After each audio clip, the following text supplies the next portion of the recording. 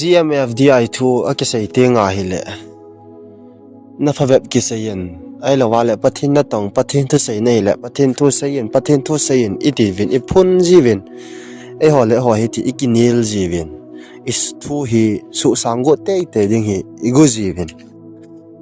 Hichi GMFDI thu hi igela le hin sei ding ha sei loading ha ti po hi a ji in mi tampin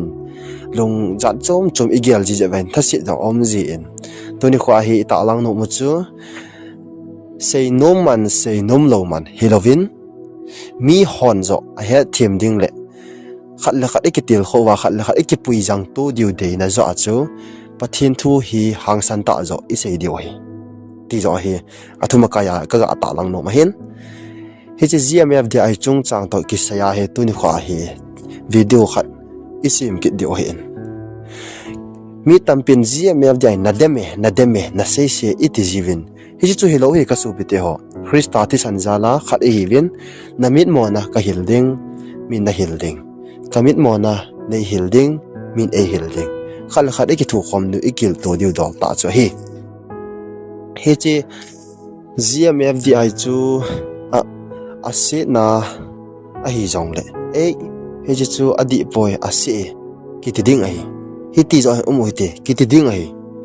GMFDI chu a pha khat a hum ta jong le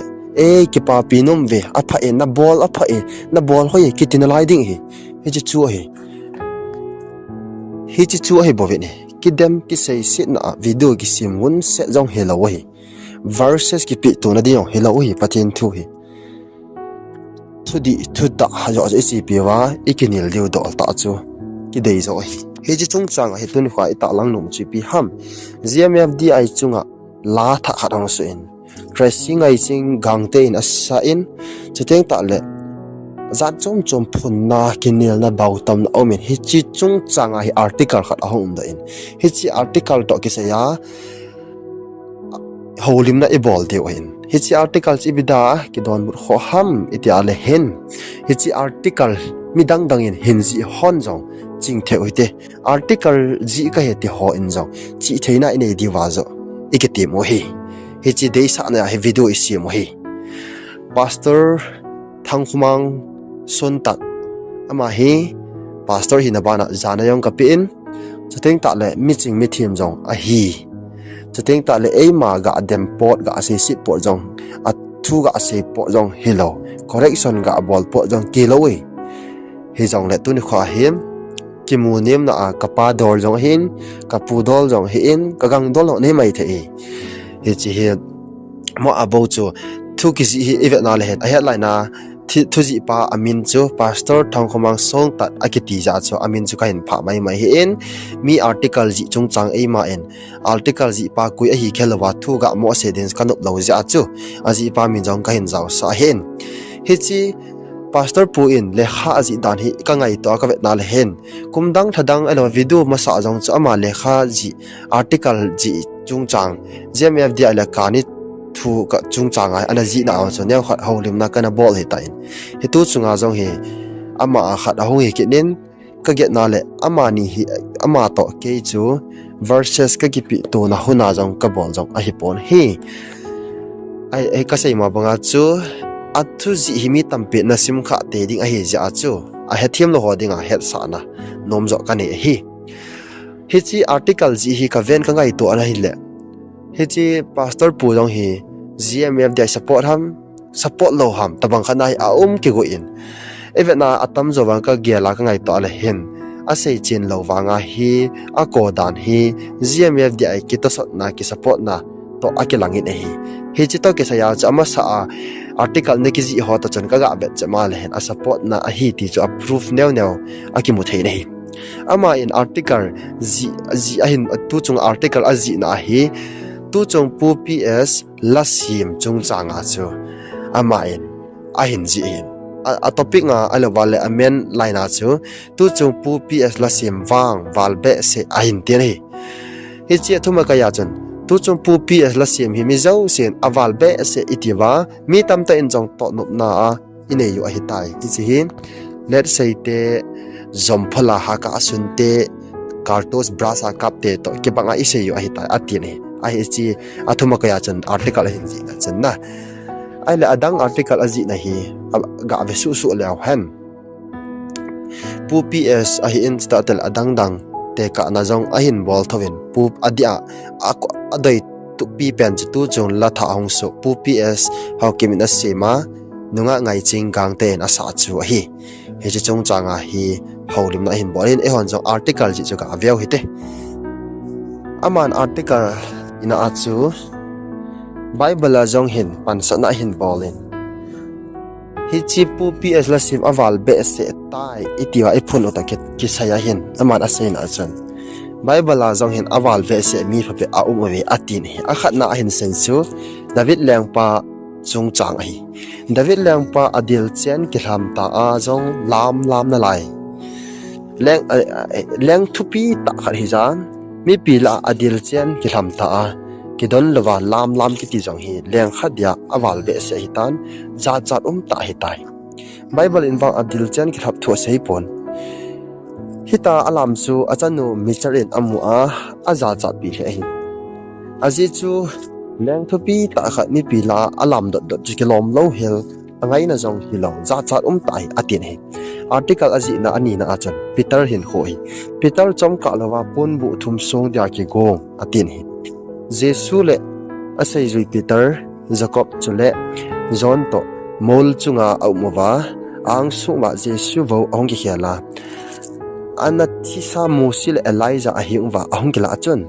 peter ki gel dat lovin ama ho thum chen na ding pon bu thum song din asai loi chalin hi chong hi ahi thei lo hel ase hin walbe se hi chateng tan athum na aji achan paul in thildang zo si ebanga agyal jesu christa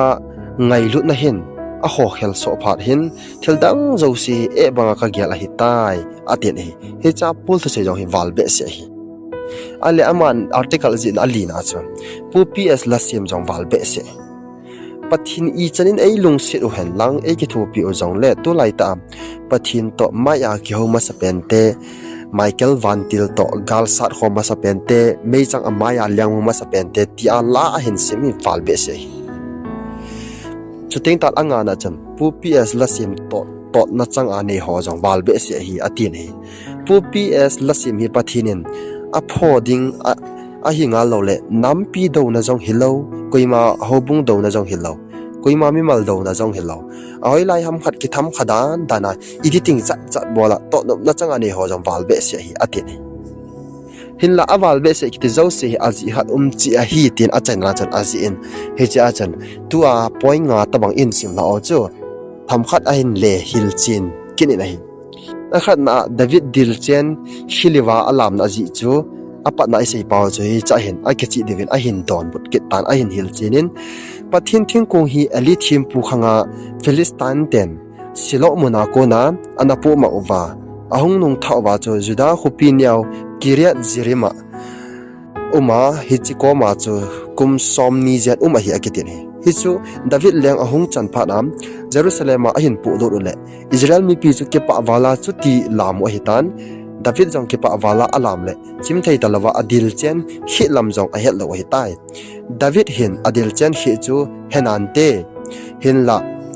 kilim bolding sanga lungna chim ta lam ni agyal kho zo hi atin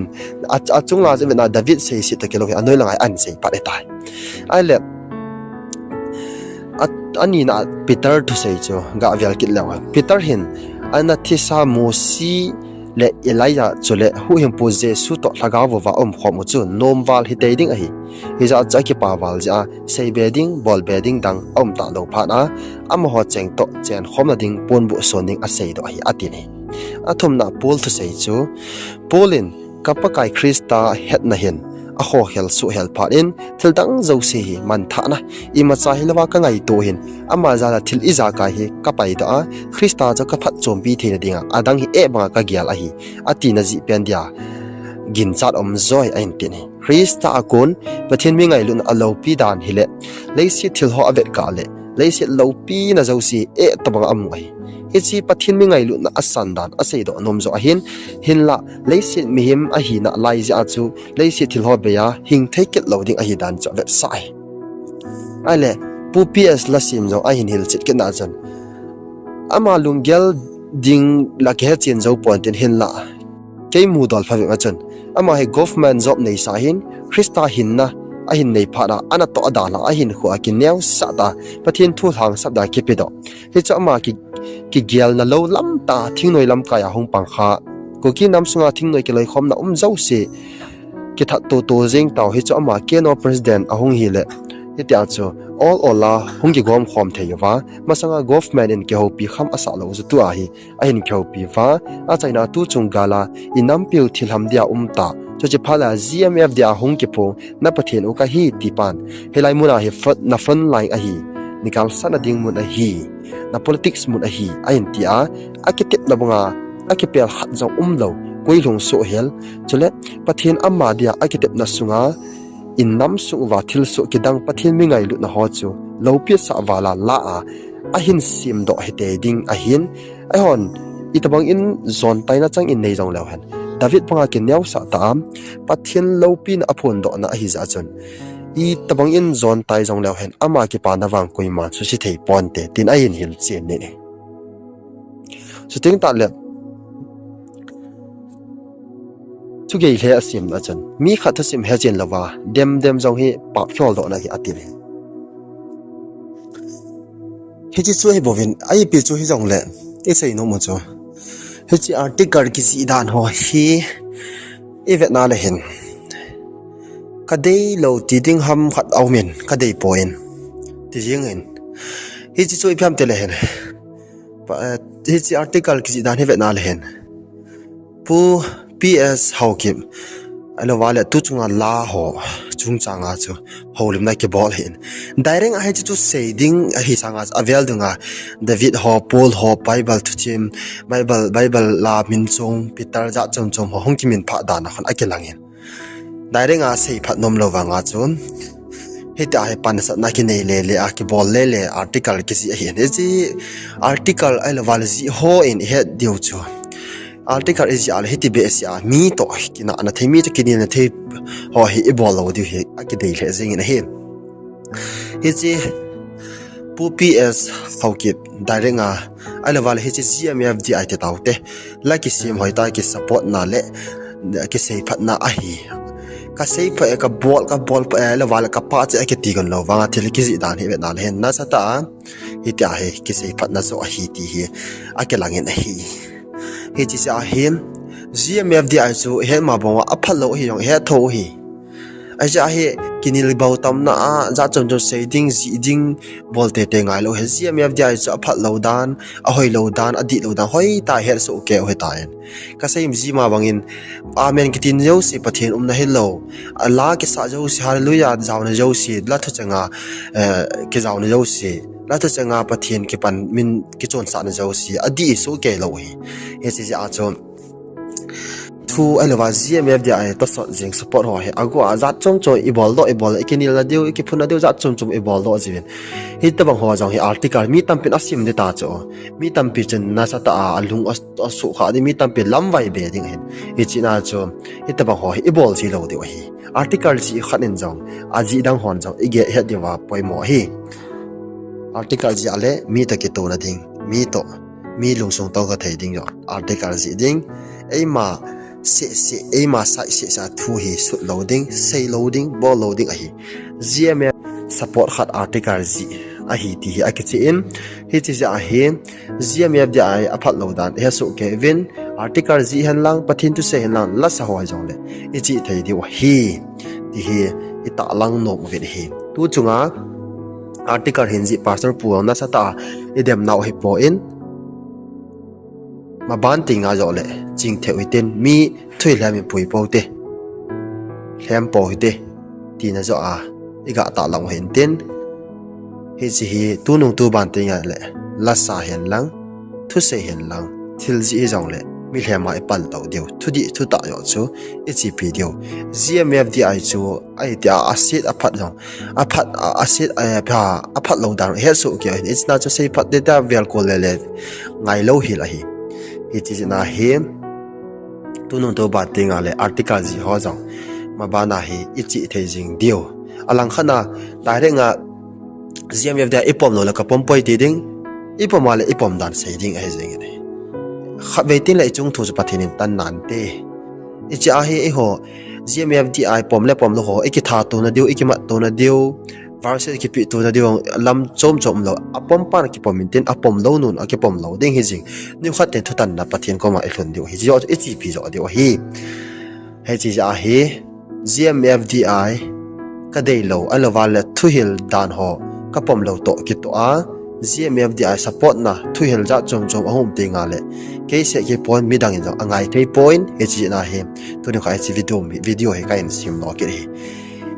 idi lo naw ki so chi witin thil ha mi bang pang poite ti ka sei no me en tu lai ka sei ma ban bu se ko se ke ve je den ka dam thim po in ko ja chom a ke chi thei po in ka thu ka ha sei sau thei pon